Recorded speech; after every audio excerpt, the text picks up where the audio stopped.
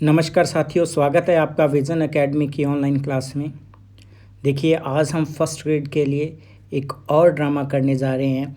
तो ड्रामा का नाम है the birthday party by Harold Pinter. देखिए, हारोल्ड पिंटर का जन्म 10 अक्टूबर 1930 को हुआ और ये एक पोस्ट वार ब्रिटिश ड्रामेटिस्ट थे। देखिए, ये एक ड्रामेटिस्ट के साथ साथ पोएट भी थे और स्टेज डायरेक्टर भी थे। तो इनकी डेथ 24 दिसंबर 2008 में हुई और इन्होंने ये जो ड्रामा लिखा है द बर्थडे पार्टी, ये इसकी जो जॉनरा है, लिखने की जो शैली है, वो है कॉमेडी ऑफ मीनेंस और थिएटर ऑफ ऑब्जर्व। देखो, थिएटर ऑफ ऑब्जर्व और कॉमेडी ऑफ मीनेंस किसको कह देते हैं? जब बहुत ज़्यादा कन्फ्यूज़न हो जाती है, करैक्टर्स की कन्फ्यूज़न हो जाती है या प्लेस एंड टाइम की कन्फ्यूज़न हो जाती है, उसको कॉमेडी ऑफ मीनेंस बोल देते हैं। देखिए, ये कन्फ्यूज़न इस तरह की होती है कि प्लेस और करैक्टर को मिसअंडरस्टूड कर लिया जाता है और जिससे बहुत ही ज़्यादा उलझन पैदा हो जाती है, उसको ही बोल देते हैं कॉमेडी ऑफ मीनेंस। तो इस शैली में ये जो लिखा हुआ ड्रामा है, तो डिस्कस करते हैं इसके कुछ करैक्टर, जो ड्रामेटिक पर्सने हैं, जो इसके इम्पोर्टेंट करैक्टर हैं, उनके बारे में डिस्कस करते हैं। देखिए, सबसे पहले जो इम्पोर्टेंट करैक्टर है वो है पीटे। पीटे एक बोर्डिंग हाउस का मालिक है जो लगभग अपनी 50 to 60 ईयर्स ओल्ड है और इसकी वाइफ है मैग, जो कि बोर्डिंग हाउस की मालकिन है। पीटे जो है बोर्डिंग हाउस का मालिक है। Stanley a boarder in his late 30s, लगभग 30 साल का है और क्या है, 30-29 साल की एज है इसकी। और ये पीटे और मैग के यहाँ एक बोर्डर के रूप में रह रहा है। इनका जो बोर्डिंग हाउस है वहाँ पर एकमात्र गेस्ट है जो रह रहा है। लुलू तो पड़ोस की एक लड़की है जो लगभग 20 साल की है। और गोल्डबर एंड मैकन ये भावी किराएदार हैं। ये जो हैं पीटे के घर में रहने के लिए आते हैं। तो वास्तव में ये कोई जासूसी करने के लिए आए हैं, किसी बात का पता लगाने के लिए आए हैं और स्टैनले को अपने साथ ले जाने के लिए क्या आए थे। तो ये 6 इम्पोर्टेंट करैक्टर हैं। चलिए करते हैं इसकी स्टोरी शुरू। देखिए, एक्ट फर्स्ट में क्या होता है? Petey and Meg Boles are at the proprietor of a resort on the coast of England. Petey और मैग बोल्स, जैसे कि मैंने पहले ही आपको बता दिया था कि पीटे और मैग बोल्स हैं, ये प्रोप्राइटर्स हैं। प्रोप्राइटर का मतलब मालिक हैं एक रिसॉर्ट के on the coast of England. England का एक समुद्री किनारा है जहाँ पर एक बोर्डिंग हाउस है, तो उसके मालिक हैं। Meg is preparing breakfast while Petey reads the paper. तो एक्ट फर्स्ट में क्या होता है कि मैग जो है वो नाश्ता बना रही होती है और पीटे अखबार पढ़ रहा होता है। They talk about Stanley Webber. Stanley का पूरा नाम है Stanley Webber, their tenant and 2 other who might rent a room. और 2 और टेनेंट के बारे में। यहाँ पर क्या होता है कि पीटे मैग को 2 भावी किराएदारों के बारे में बताता है कि वो आने वाले हैं। उसको सी कोस्ट पर मिले थे, समुद्री किनारे पर घूमते हुए मिले थे। Meg wakes Stanley for breakfast and after Pete leaves for work, Stanley compliments her cooking। देखिए कि मैग जो है ऊपर जाती है, स्टैनले ऊपर वाले कमरे में सो रहा होता है जो कि स्टैनले को दे रखा है इन्होंने रेंट पर। वहाँ जाकर उसको जगाती है और नाश्ता वगैरह सर्व करती है और कम्प्लीमेंट देता है उसके स्वादिष्ट खाने के ऊपर, नाश्ते के ऊपर कम्प्लीमेंट देता है। She flirts with him and he changes his tune. तो इससे क्या, वो उसके साथ थोड़ा फ्लर्ट करने लग जाती है। जो मैग है वो स्टैनले के साथ थोड़ा फ्लर्ट करने लग जाती है, इसलिए वो अपनी ट्यून चेंज कर देता है। Telling her that her T is मक एंड द रिसॉर्ट इज़ बिगस्टी। मतलब वो ये कहता है कि तुमने जो चाय बनाई है वो एक गंदगी कीचड़ है, बिल्कुल ही स्वादिष्ट नहीं है, और ये जो तुम्हारा बोर्डिंग हाउस है ये सूरों का बाड़ा है। तो इस तरीके से दोनों एक दूसरे के प्रति थोड़ा रूखा सा स्वर अपना लेते हैं। पहले वो फ्लर्ट कर रही होती है लेकिन स्टैनले क्या है, उसको आगे से ये जवाब देता है, इस तरीके का रिएक्ट करता है। Meg pivots and tell Stanley about the potential new tenants. Meg जो है थोड़ा सा गुस्सा हो जाती है और उसको बताती है कि कुछ नए किराएदार आने वाले हैं, पोटेंशियल न्यू टेनेंट्स, कुछ नए किराएदार आने वाले हैं। Stanley seems worried at first, Stanley को शुरू में चिंता हो जाती है कि ये नए किराएदार कौन है और यहाँ क्यों रहने के लिए आ रहे हैं। But then Meg ask about his musical career, तो मैग क्या है, थोड़ा टॉपिक चेंज कर लेती है। उसको चिंतित देखकर मैग टॉपिक चेंज कर देती है कि तुम एक संगीतकार बनना चाहते हो और कहाँ तक तुम्हारा ये म्यूजिकल करियर पहुँचा है, तुम्हें कहीं नौकरी मिली या नहीं मिली, घर पर बैठे हो। तो उसने बताया कि हाँ मुझे नौकरी मिल गई है। Meg leaves to shop and Lulu appears with the package, तब क्या है, मैग शॉपिंग करने के लिए चली जाती है और लुलू क्या है, एक पैकेट होता है उसके पास, उसको लेकर वहाँ आती है। तो देखिए यहाँ तक आपने क्या देखा कि ये जो सीन है ये बोर्डिंग हाउस का सीन है। बोर्डिंग हाउस का मालिक पीटे और मैग हैं, जहाँ पर एकमात्र किराएदार कौन रह रहा है, एकमात्र किराएदार स्टैनले रह रहा है। स्टैनले इस तरीके से रह रहा है कि वो घर से बाहर नहीं निकलता, किसी काम की तलाश में नहीं जाता, इसलिए मैग और पीटे भी उसको डांटता रहता है कि तुम घर से बाहर निकलो तो तुम्हें कोई काम मिल जाए। तो वो सारा दिन घर के अंदर पड़ा रहता है और उसको संगीत का बहुत ज़्यादा शौक़ है। तो यहाँ तक हमें यही पता चला है कि एक पीटे जो है वो बाज़ार चला जाता है, पीटे वहाँ नहीं होता और पीछे से इनके बीच थोड़ा सा हल्का सा झगड़ा हो जाता है और लुलू एक पैकेज लेके आती है। चलिए नेक्स्ट देखते हैं। She chastises Stanley for his appearance and for being anti social and then leaves, तो लुलू जो गिफ्ट का पैकेज लेकर आती है, वो जैसे ही स्टैनले को देखती है, उसका हुलिया देखती है, तो उसको डांटती है कि तुम किस तरीके से अपना हुलिया बना कर रखते हो, बिल्कुल अपने आप पर ध्यान नहीं देते, केयरलेस हो और बहुत ही ज़्यादा एंटी सोशल हो। एक्चुअल में वो किसी से जाकर मिलता नहीं था, घर के अंदर अकेला रहता था। तो इस बात को लेकर वो डांटती है और पैकेज वहाँ रख कर चली जाती है। Stanley spies on two man who arrive, McCann and Goldberg, देखो जो दो आदमी आए हैं, नए किराएदार बन के आए हैं, उनके नाम है मैकन और गोल्डबर्ग। दोनों पर जासूसी करता है कि ये बंदे कौन हैं और किस पर्पज़ से यहाँ पर आए हैं, तो इस चीज़ को लेकर ये जासूसी करता है। When Meg returned, Goldberg introduces himself and Macon and then asks about Stanley. तो जब मैग वापस आती है, गोल्डबर्ग क्या अपना परिचय देता है और मैकन का परिचय देता है और मैग से स्टैनले के बारे में पूछता है कि जो एक और किराएदार रह रहा है वो कैसा है, कौन है, क्यों रह रहा है। Meg answer that it is Stanley's birthday and the other two suggest a party, तो उसके बारे में बताकर मैग उनको ये बता देते कि आज जो है स्टैनले का जन्मदिन है और क्या है, ये दोनों के दोनों बंदे सजेस्ट करते हैं कि चलो आज उसका जन्मदिन है तो हम एक पार्टी ऑर्गेनाइज करते हैं। She leads them to their room upstairs, वो क्या है, स्टैनले से मिलवाने के लिए गोल्डबर्ग और मैकन को ऊपर वाले कमरे में ले जाती है। When she returns Stanley ask her about the man, तो जब वो वापस लौटती है, वो आदमी उनसे मिलकर चले जाते हैं, तो वापस जाते हुए वो रुक जाती है और स्टैनले उनसे पूछता है कि ये दो आदमी कौन है और तुम इनको मुझसे मिलवाने के लिए क्यों लेके आई। Okay, he tells her that it is not his birthday yet he accept a present the package Lulu left, तो वो पैकेज साथ में लेके आती है जो लुलू छोड़ के गई थी। तो स्टैनले बता देता है कि ये मेरा जन्मदिन नहीं है, फिर भी उसका दिल रखने के लिए, मैग का दिल रखने के लिए उससे वो पैकेज ले लेता है, वो गिफ्ट ले लेता है। Which it is a drum which he beats more and more widely until the end of first act, तो देखो ये एक ड्रम होता है जिसको वो गले में डालकर ज़ोर ज़ोर से पागलों की तरह बजाता है और ये ड्रम बजाते बजाते जो फर्स्ट एक्ट है हमारा यहीं पर कंप्लीट होता है। तो देखिए फर्स्ट एक्ट में क्या था कि गोल्डबर्ग और मैकन नाम के दो पर्सन यहाँ रहने के लिए बोर्डिंग हाउस में आ गए हैं। उनका आने का उद्देश्य कुछ और है और जैसे ही मैग उनको स्टैनले से मिलवाती है तो स्टैनले जो है थोड़ा चिंतित और गुस्सा हो जाता है, ठीक है। और इस एक्ट में हमें पता चलता है कि आज जो है ये बर्थडे पार्टी रखी गई है, ये स्टैनले का ही जन्मदिन है और स्टैनले के जन्मदिन की पार्टी रखी जा रही है जो कि मैकन और गोल्डबर्ग ने सजेस्ट की थी। चलिए देखते हैं सेकंड एक्ट। देखिए एक्ट फर्स्ट जो है समर डे की एक मॉर्निंग का सीन है और एक्ट सेकंड जो है सेम डे के इवनिंग का सीन है। तो देखिए इवनिंग में क्या होता है, Act second begins in the evening.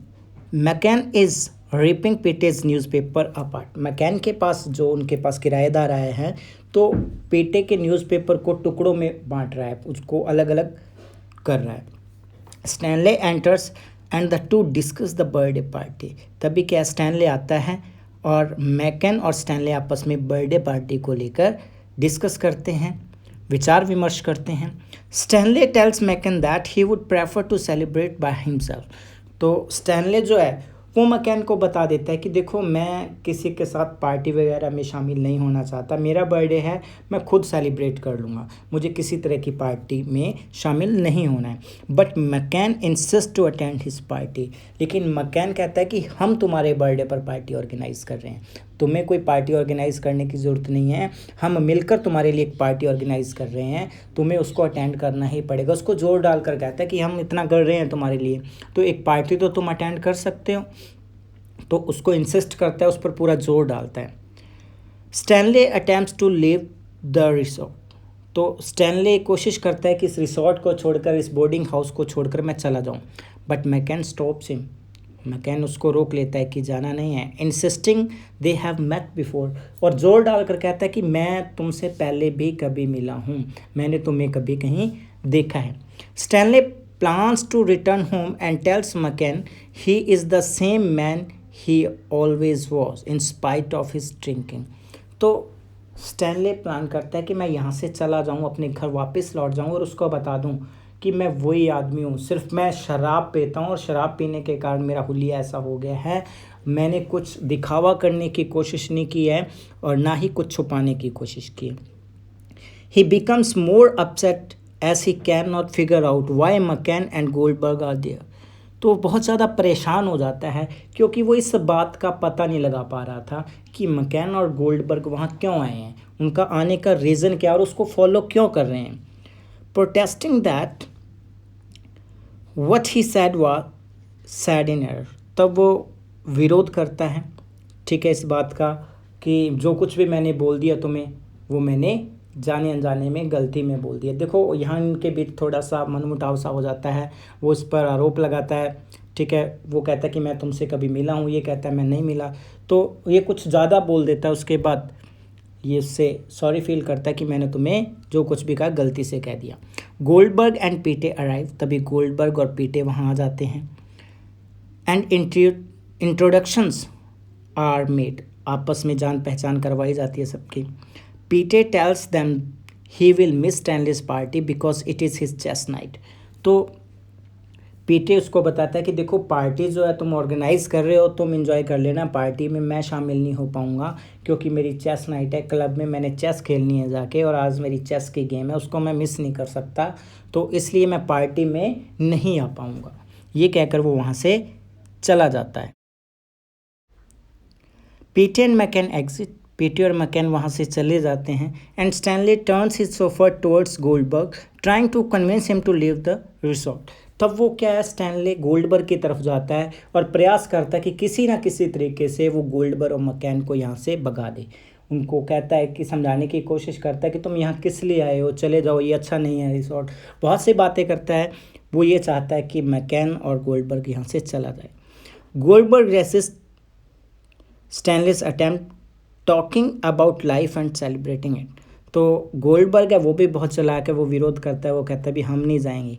वो कहता है कि जो ज़िंदगी के बारे में कुछ बातें करने लग जाता है और कैसे लाइफ को एंजॉय किया जा सकता है, सेलिब्रेट किया जा सकता है. तो इन बातों को लेकर वो उसकी बात को टाल देता है. When McKeon returns he and Goldberg question him. तभी क्या है, मैकन वापस आ जाता है. तब गोल्डबर्ग और मैकन दोनों उससे क्वेश्चन पूछने लग जाते हैं, बड़े ऊट पटांग से क्वेश्चन पूछते हैं. तो क्या पूछते हैं, why he came to the boarding house, कि वो इस बोर्डिंग हाउस में रहने के लिए क्यों आया. Stanley claims it was because his feet hurt. वो कहता है कि मेरा जो फीट थे वो हर्ट हो गए थे, ठीक है, तो मैं यहाँ रुक गया और कुछ दिन से मैं यहाँ रह रहा हूँ और तब से यहीं रहने लग गया. They accuse him of betraying their organisation.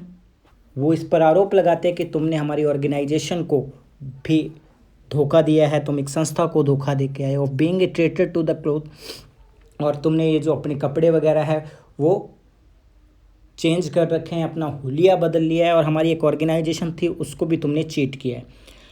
End of changing his name, और अपना नाम भी बदल लिया। तुम वो बंदे नहीं हो जो रियल में हो।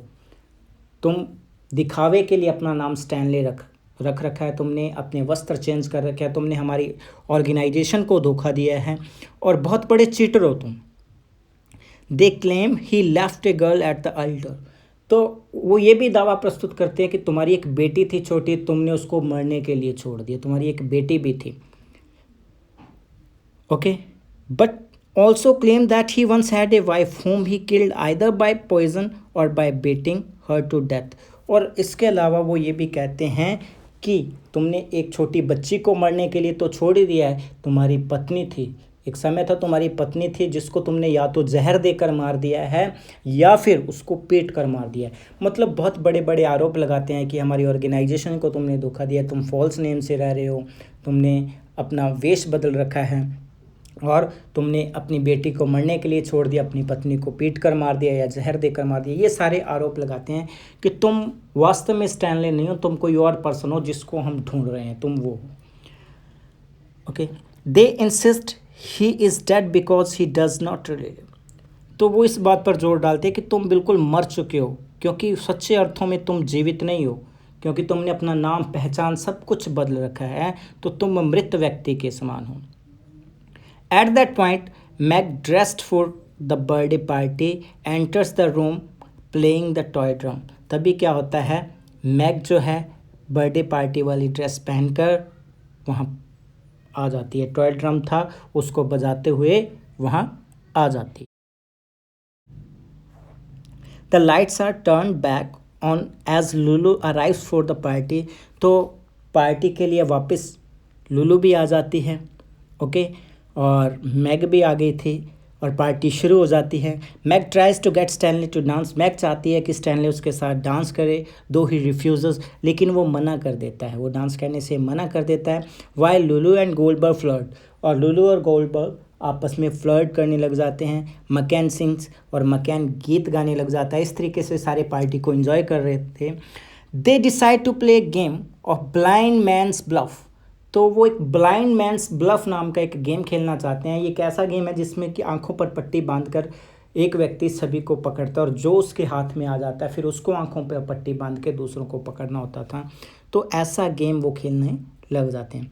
मकैन ब्रेक स्टैनलीज ग्लासेस ट्रिप्स हिम, तो खेल खेल में क्या है, मकैन जो है स्टैनली के ग्लासेस को, उसके चश्मों को तोड़ देता है, वो गिर जाते हैं, उसको दिखना बंद हो जाता है, चश्मे के बिना वो देख नहीं पा रहा था।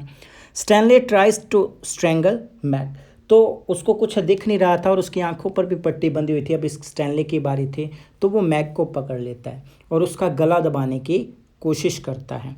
मकैन and Goldberg hurry to save Meg, तो मकैन और गोल्डबर्ग भाग के जाते हैं और मैग को उसके हाथों से बचाते हैं। And the lights go out again, और लाइट्स फिर बुझ जाती हैं, ठीक है, एक बार फिर से लाइट सारी बुझ जाती हैं।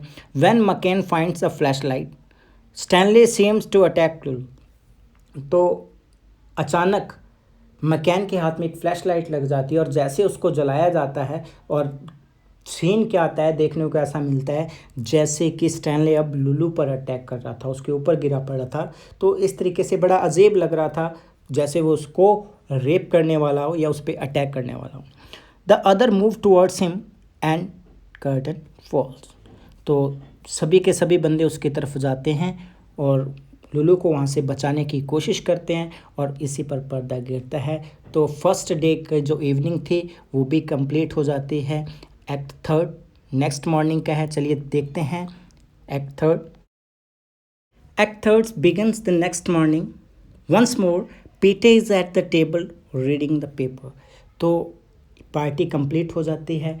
पार्टी के बाद क्या है, अगली सुबह आ जाती है, नाइट की पार्टी थी, अगली सुबह आ जाती है और पीटे यहाँ पर एक टेबल पर अखबार पढ़ रहा होता है।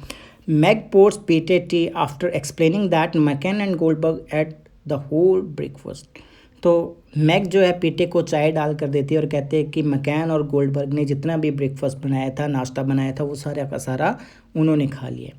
She plan to wake Stanley but he was talking to McCann, देखो वो योजना बनाती है कि जाकर वो स्टैनली को भी उठा देती है, उठाने की योजना बनाती है, लेकिन वो वहाँ जाती नहीं है क्योंकि उस समय स्टैनली जो था मैकेन के साथ व्यस्त था बात करने में। She leaves to go shopping, तो वो शॉपिंग करने के लिए चली जाती है। एंड पीटे आस्क गोल्डबर्ग अबाउट स्टैनलीज हेल्थ। पीटे गोल्डबर्ग से पूछता है कि जो स्टैनली है वो इस तरीके का व्यवहार क्यों करता है, उसका स्वास्थ्य तो ठीक है, कैसा है। To which Goldberg respond that Stanley suffered a nervous breakdown. तो गोल्डबर्ग क्या कहता है, इसको कोई मानसिक तनाव है, मानसिक बीमारी है, नर्वस ब्रेकडाउन हुआ है इसका, ये मानसिक रूप से परेशान है।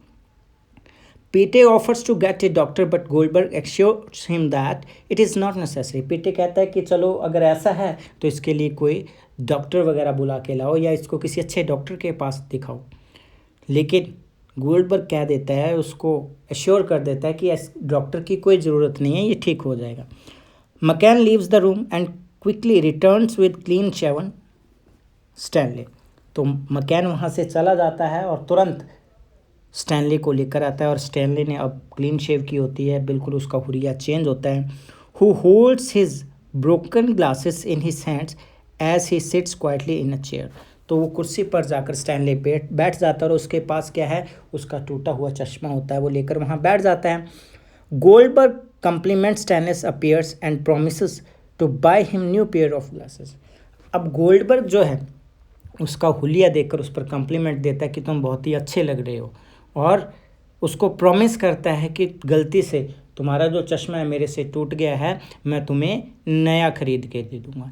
तो एक्ट थर्ड जो है ये नेक्स्ट मॉर्निंग का है, और इसमें यही बताया गया है कि यहाँ मैकेन जो है स्टैनली को इंसिस्ट करता है, स्टैनली पर जोर डालता है, उसको समझाता है, वो उसको अपने साथ ले जाना चाहता है, बहला फुसलाकर या झूठी लाइफ के सपने दिखाकर या कुछ ऐसा कहकर कि तुम्हारे दिमाग में जो तनाव है, जिस बात की टेंशन है, वो टेंशन दूर कर दी जाएगी, ऐसा कहकर वो उसको वहाँ से ले जाना चाहता है। नेक्स्ट देखिए, He and McCann then tries to entice Stanley to accompany them of his own free will. तब क्या है, मैकेन और गोल्डबर्ग उसको समझाते हैं, उसको इंटाइस करते हैं, बहलाते फुसलाते हैं स्टैनली को कि हमारे साथ चलो, तुम्हारी मर्जी है, अगर तुम चलना चाहो तो फ्री विल है, तो हम तुम्हें फोर्स नहीं करेंगे, अगर तुम चाहो तो हमारे साथ चल सकते हो। They promise they want to care for him to save him from a fate worse than death. वो कहते हैं, प्रॉमिस करते हैं कि हम तुम्हें बचाना चाहते हैं, हम तुम्हारे वेल विशर्स हैं और तुम्हारे भाग्य से तुम्हें बचाना चाहते हैं। तुम्हारी किस्मत ऐसी है कि मौत से बदतर ज़िंदगी तुम घर के अंदर घुसे घुसे जी रहे हो, हम तुम्हें बाहरी दुनिया में लेके जाना चाहते हैं, तुम क्या चैन से लोगों के सामने रह सकते हो, ऐसे सपने दिखाकर उसको अपने साथ ले जाना चाहते हैं। And to make a man out of him, और उसके अंदर के इंसान को बाहर लाना चाहते हैं। वो किसी डर से घर के अंदर घुसा हुआ, उसने अपनी पत्नी का खून किया है, इस डर से वो लोगों के सामने नहीं आ रहा है कि क्या होगा उसका। तो तुम्हारे अंदर का इंसान हम बाहर लाना चाहते हैं, तुम्हें भी एक नॉर्मल लाइफ लीड करवाना चाहते हैं, तुम हमारे साथ चलो। Pete learns that McCann and Goldberg want to take Stanley with them. अब पीटे को पता चलता है कि ये दोनों उसको साथ ले जाना चाहते हैं। Goldberg gently take Stanley in hand and leads him towards the door. Goldberg क्या है, बड़े प्यार से उसका हाथ पकड़ता है और उसको दरवाजे की तरफ लेके जाता है कि चलो हमारे साथ चलो। Okay, Goldberg and McCann then turns toward Petey and incidentally suggest that he should accompany them as well. तो बड़ी चालाकी से, बड़ी मतलब कपट भरे तरीके से उसकी तरफ जाते हैं और कहते हैं कि अगर तुम चाहो तो तुम भी हमारे साथ चल सकते हो। मैकेन और गोल्डबर्ग के मन में थोड़ा सा कपट था, उनको क्या है, सिर्फ झूठे सपने दिखाए थे, एक्चुअल में वो क्या है, उसको पकड़ने के लिए आए हैं, उसने कत्ल किया है, इस वजह से उसको अरेस्ट करने के लिए आए हैं, पकड़ने के लिए आए हैं, तो बहला फुसला कर उसको अपने साथ ले जाना चाहते हैं। तो पेटे को भी कहते हैं कि ऐसा कुछ नहीं हम गलत करेंगे, अगर तुम्हें ऐसा लगता है तो तुम भी हमारे साथ चल सकते हो, बड़ी चालाकी दिखाते हैं यहाँ पर वो। तो पीटे does not stop them from leaving the house, he does shout. अब क्या है, पीटे उनको रोकता नहीं है जाने के लिए, वो जा रहे हैं तो जाए, उनको रोकता नहीं है, लेकिन वो ज़ोर से चिल्लाता है, Stan don't let them tell you what to do. तो उसको कहता है कि स्टैनले, जैसा ये कहें वैसा मत करना, ठीक है। इनको अपने ऊपर इतना हावी ना होने देना कि जैसा जैसा ये कहते जाएं तुम करते जा रहे हो। तो इस तरीके से मत करना, नहीं तो तुम्हें खुद को प्रॉब्लम हो जाएगी। ऐसा कहकर वो उसको जाने देता है। Peter returns and tries to stop them taking Stanley away, but Macon and Goldberg threaten Peter and leave with Stanley. अब देखिए, अचानक बैठे बैठे, पहले उसने इजाज़त दे दी थी कि तुम चाहो तो इसे ले जा सकते हो और ये चाहे तो जा सकता है। अचानक उसके बैठे बैठे मन में पता नहीं क्या आता है कि शायद इसके साथ कुछ गलत तो नहीं हो रहा है। तो वो एकदम से उनके पास आता है और उनको रोकता है कि इसको साथ मत लेके जाओ, ठीक है। उनको तब क्या है, वो अपना सही रूप दिखा देते हैं, उसको थ्रेटन करते हैं पेटे को, ठीक है, धमकी देते हैं कि हम इसको लेके ही जाएंगे, तुम हमें नहीं रोक सकते। तो एक तरह की धमकी देते हैं। तो धमकी देकर वहाँ से वो चले जाते हैं। वो तो चले जाते हैं। मैग रिटर्न्स एंड आस्क पीटे अबाउट मैकन एंड गोल्डबर्ग। तभी मैग वापस आती है मार्केट से और पूछती है कि मैकन और गोल्डबर्ग कहाँ हैं, and he tells her they left. और वो बता देता है कि मैकन और गोल्डबर्ग तो चले गए हैं। But he tells Meg that Stanley is still upstairs. वो झूठ बोल देता है मैग को। वो कह देता है कि स्टैनली अभी भी ऊपर कमरे में सो रहा है, इन द बेड, मतलब वो अभी भी कमरे में अपने बिस्तर में सो रहा है, उसको झूठ बोल देता है। They settle into conversation about the birthday party and Meg tells Pete that she had a pleasant time at the party previous night as she was the belle of the ball. तो वो पिछली रात की party के बारे में बातचीत करने लग जाते हैं कि जो बर्थडे पार्टी हुई थी उसमें उसने बहुत ज़्यादा इंजॉय किया और वो बेल ऑफ द बॉल थे, मतलब डांस पार्टी का आकर्षण केंद्र थी। सभी उसकी तारीफ़ कर रहे थे और बहुत ही सुंदर लग रही थी। हालांकि ऐसा कुछ नहीं था, वो खुद ही ऐसा सोच रही थी। And third and final act इस तरीके से जो थर्ड एक्ट है, फाइनल एक्ट है, वो ख़त्म हो जाता है। तो यही है कॉमेडी ऑफ मिलियंस। यहाँ पर हमें क्लियरली पता नहीं चलता है कि वास्तव में स्टैनली वही व्यक्ति था जिसने कत्ल किया था या जिसको गोल्डबर्ग और मैकन पकड़ के लेके गए हैं। तो इसमें कन्फ्यूज़न सी है हमारे माइंड में भी। हो सकता है मैकन एंड गोल्डबर्ग को कोई मिसअंडरस्टैंडिंग हो। तो इस तरीके से एक हास्य सा उत्पन्न होता है। बर्थडे का पार्टी का जो सीन है उसमें बहुत ज़्यादा हास्य सा उत्पन्न होता है। तो इसी को कह देते हैं थिएटर ऑफ अब्सर्ड और कॉमेडी ऑफ मिनियंस। तो इस तरीके से ये एक्ट कंप्लीट होता है। उम्मीद है आपको इसकी स्टोरी समझ आई होगी। Thank you very much. ऐसी ही स्टोरी सुनने के लिए हमारे चैनल को सब्सक्राइब कीजिए और कंप्लीट प्रिपरेशन के लिए हमें फॉलो कीजिए।